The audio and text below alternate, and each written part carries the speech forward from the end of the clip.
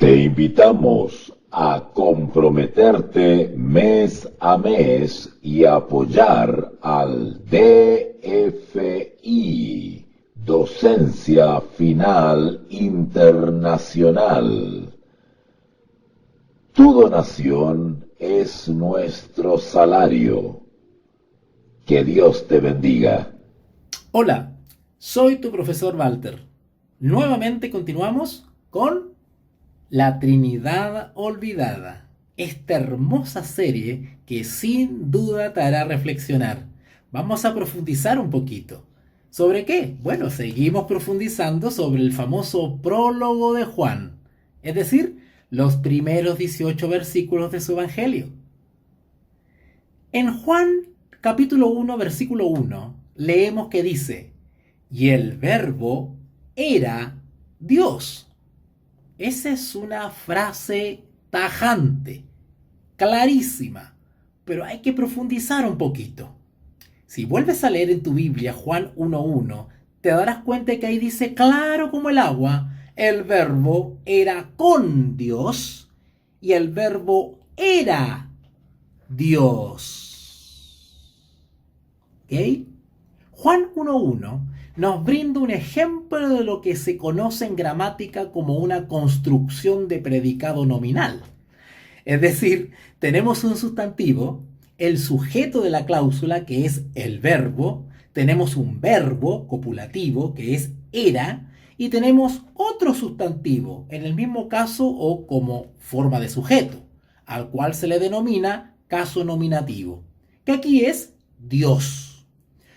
Necesitamos percatarnos de que en griego el orden en el cual aparecen las palabras no es tan importante como lo es en español. Los griegos no tenían problemas con poner el sujeto de una oración o su verbo hasta el mismo final de la fila, por así decirlo. En griego, el hecho de que una palabra vaya seguida de otra no es necesariamente significativo. Bueno, ¿y qué tiene que ver esto con Juan 1.1? En español, la frase final estaría traducida literalmente Dios era el verbo.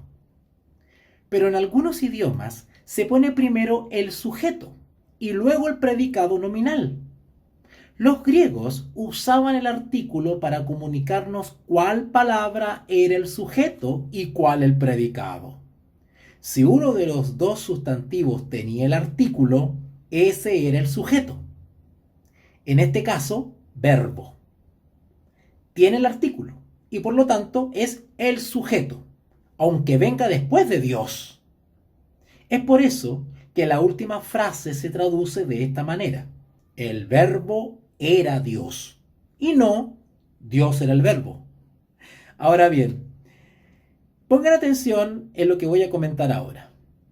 Si ambos sustantivos tienen el artículo en una construcción de predicado nominal como esta, o si a ambos le falta el artículo, eso también es significativo. En ese caso, los dos sustantivos llegarían a ser intercambiables. Es decir, si verbo tuviese el artículo y Dios también, esto significaría que Juan está diciendo que Dios era el verbo y que el verbo era Dios.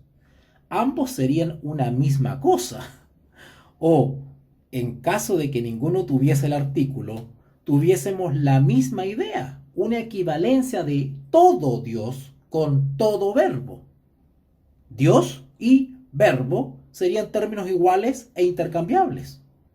Ahora bien, mucho se ha dicho, principalmente por los testigos de Jehová, en cuanto al hecho de que la palabra Dios, en la última cláusula de Juan 1.1, no tiene artículo. Observaremos que no hay forma alguna del artículo griego que preceda al artículo teos, Dios. En esa razón, ellos dicen que deberíamos traducirlo un Dios con minúscula. Esto entonces pasa completamente por alto la razón por la cual la palabra teos, Dios, ¿verdad?, no tiene el artículo. Si Juan hubiera puesto el artículo antes de teo, habría estado enseñando el modalismo, Una creencia que ya les he explicado a mis oyentes en algunas series que he dado anteriormente, ¿no es cierto? Y que este modalismo, esta manera de leer la escritura, es una manera que niega la existencia de las tres personas divinas, diciendo que solo hay una persona la cual actúa a veces como el Padre, a veces como el Hijo y a veces como el Espíritu. Más adelante en esta serie, La Trinidad Olvidada, les hablaré nuevamente sobre el modalismo, que a menudo lo llaman sabelianismo, de Sabelio. Pero ahora, por ahora, veamos que si Juan hubiera colocado el artículo antes de Theos, Dios, habría hecho que Dios y el verbo fueran términos iguales e intercambiables. Como veremos, aquí Juan tiene mucho cuidado de hacer una distinción entre estos términos, puesto que a lo largo de todo su evangelio tiene cuidado de diferenciar entre el Padre y el Hijo. Respecto a este prólogo de Juan, una vez leí a un comentarista que señalaba acertadamente lo siguiente, abre comillas, Juan no está tratando de mostrar quién es Dios, sino quién es el verbo, cierre comillas. La frase final nos habla acerca del verbo, enfatizando a que el logos está precedido por el artículo. El logos o verbo está precedido por un artículo. Se le marca como el sujeto. El hecho de que Theos, Dios, sea la primera palabra después de la conjunción kai, o sea, y, muestra que el énfasis principal de la cláusula cae sobre ella. Si tanto Theos como logos, el verbo, hubieran sido precedidos por el artículo, hubiera significado que el verbo era completamente idéntico a Dios, lo cual es imposible si el verbo también estaba con Dios. Lo que quiere decir es que el verbo compartía la naturaleza y el ser de Dios, o para usar un lenguaje moderno, era una extensión de la personalidad de Dios.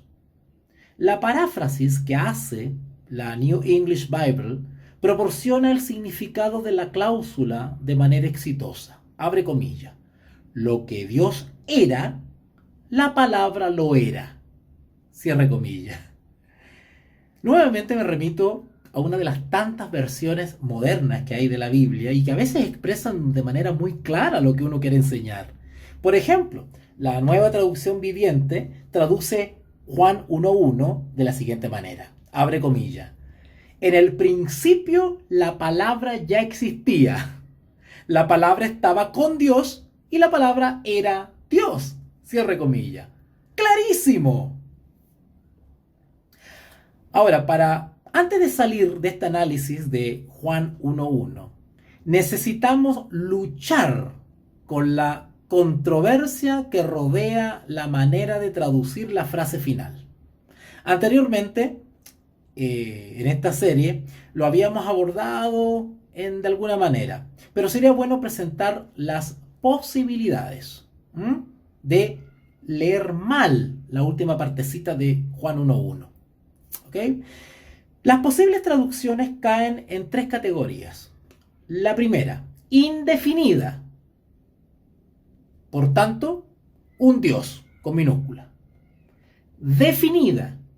Por tanto, Dios con mayúscula. Y una cualitativa. Por tanto, en naturaleza Dios. Abundan los argumentos acerca de cómo traducir un predicado nominal preverbal sin artículo. Y la mayoría de la gente se extravía bastante rápido cuando comienza a lanzar términos como esos que nos rodean. Esos que nos rodean. Básicamente la pregunta que tenemos que hacernos es esta. ¿Cómo quería Juan que interpretáramos la palabra Theos en la última cláusula? ¿Acaso deseaba él que la entendiésemos como indefinida? Es decir, un Dios con minúscula. Para no pensar en otro Dios en particular, sino que en Jesús como un Dios con minúscula. Uno de al menos dos o quizás más. Es decir, uno entre muchos. ¿O es que teos definida para que sea el Dios con mayúscula a quien se tenga en cuenta? ¿O indica la posición de la palabra antes del verbo, añadiendo énfasis por supuesto, junto a la ausencia del artículo, que Juan nos está dirigiendo a una cualidad cuando dice que el verbo es teos, Dios? Es decir, ¿está Juan describiendo la naturaleza del verbo, diciendo que el verbo es deidad? En cuanto a la primera posibilidad, es decir, la indefinida, por tanto un Dios con minúscula, ¿okay?, la podemos descartar casi de inmediato. Estas son las razones. El monoteísmo en la Biblia, en verdad, no se puede decir que Juan usaría la misma palabra que siempre usaba para referirse al Dios único y verdadero, teos, para entonces referirse a alguien simplemente con características divinas o a un Dios inferior. Las escrituras sí enseñan que existe toda una hueste de seres intermedios que ciertamente pueden ser llamados dioses. Eso es gnosticismo. El teos sin artículo. Si vamos a afirmar de manera dogmática que cualquier sustantivo sin artículo tiene que ser indefinido y traducido con un artículo indefinido, entonces tendríamos que hacer lo mismo con las 282 veces que teos aparece sin artículo.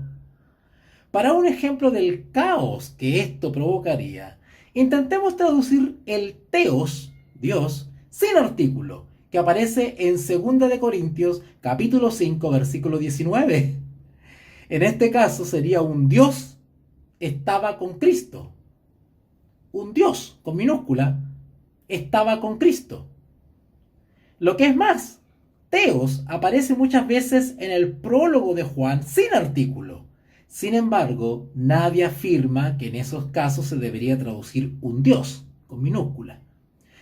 Observemos los versículos 6, 12, 13 y 18 del prólogo de Juan. No hay nada en el lenguaje que nos indique que debemos justificar el considerar teos, Dios con minúscula, como un Dios cualquiera. No hay lugar para una interpretación alternativa. Esto ignora una premisa básica de la traducción. Si se va a insistir en una traducción, hay que estar preparado para defenderla de tal manera que provea una vía para que el autor exprese la traducción alternativa. En otras palabras, si teos, ¿verdad?, el verbo era un Dios con minúscula, ¿cómo podría Juan haber dicho el verbo era Dios? Ya hemos visto en los comentarios anteriores que si Juan hubiese empleado el artículo delante de teos, hubiera hecho que los términos teos y logos fueran intercambiables. Logos, verbo, ¿verdad? Fueran intercambiables. Y le estuviera dando lugar al modalismo. Se ignora el contexto. La traducción saca por completo a la frase del contexto inmediato y la deja aislada e inservible. ¿Puede aquel que es eterno, que siempre ha estado con Dios y que creó todas las cosas, ser un Dios como cualquiera, con minúscula? Permítame citar a F. Bruce, un eminente estudioso de este tema, y que resume la verdad bastante bien. Abre comillas. Un poquito de instrucción se torna algo peligroso y no hay ningún lugar en el que tristemente esto sea más cierto que en la adquisición del griego. En ocasiones, los usos del artículo griego, las funciones de las preposiciones griegas y las delicadas distinciones entre los tiempos griegos se exponen con confianza en público por hombres que presentan dificultades considerables para usar con precisión en su lengua materna estas partes del lenguaje. Cierre comillas. Una nota al pie aparece después del comentario sobre el artículo que acabo de citar y dice: aquellas personas que enfatizan que la verdadera traducción de la última cláusula de Juan 1.1 es el verbo era un Dios, con minúscula, como hacen los testigos de Jehová, por ejemplo, y los modalistas, no están demostrando otra cosa que no sea su ignorancia en cuanto a la gramática griega. Solo nos queda entonces decirnos entre la interpretación definida de la palabra y la cualitativa. Si tomamos teos como definida, es decir, Dios con mayúscula, estamos presionados a evitar la misma conclusión que alcanzaríamos si la palabra tuviese el artículo. Es decir, si deseamos decir el Dios con mayúscula de la misma manera que si la palabra tuviese el artículo, estamos haciendo que teos y logos sean intercambiables. Sin embargo, la gran mayoría de las traducciones traducen la frase el verbo era Dios con mayúscula. ¿No está la traducción definitiva? ¿Es esta una traducción definitiva? No necesariamente. La última cláusula de Juan 1.1 nos habla de la naturaleza del verbo. La traducción debería ser cualitativa, no cuantitativa. ¿Ok? Ya hemos visto en las palabras de F. Bruce, que acabo de citar, que Juan no está diciendo que el verbo compartía la naturaleza y el ser de Dios. La New English Bible presenta la frase de esta manera, abre comillas, lo que Dios era, el verbo lo era. Kenneth West lo expresa de esta manera, abre comillas, y el verbo era totalmente deidad conforme a su esencia, cierre comillas. Por otra parte, Daniel Wallace tiene mucha razón cuando dice, aunque creo que teos en Juan 1.1 es cualitativo, creo que la traducción más simple y directa es, y el verbo era Dios con mayúscula. Puede que sea mejor afirmar con claridad la enseñanza del Nuevo Testamento acerca de la deidad de Cristo y luego explicar que Él no es el Padre. Que sonar ambiguo acerca de su deidad y explicar que Él es Dios, pero no es el Padre. Aquí nos encontramos con otra ocasión en la que la traducción al español no está a la altura del griego original. Debemos ir más allá de una traducción básica y preguntar qué fue lo que quiso decir el mismo Juan. Entonces, en resumen, ¿qué encontramos en Juan 1.1? Con tan solo 17 palabras griegas cortas, Juan comunica las siguientes verdades. Número 1. El verbo es eterno. Él ha existido siempre y no comenzó a existir en un momento determinado. Número 2. El verbo es persona. Él no es una fuerza, sino una persona.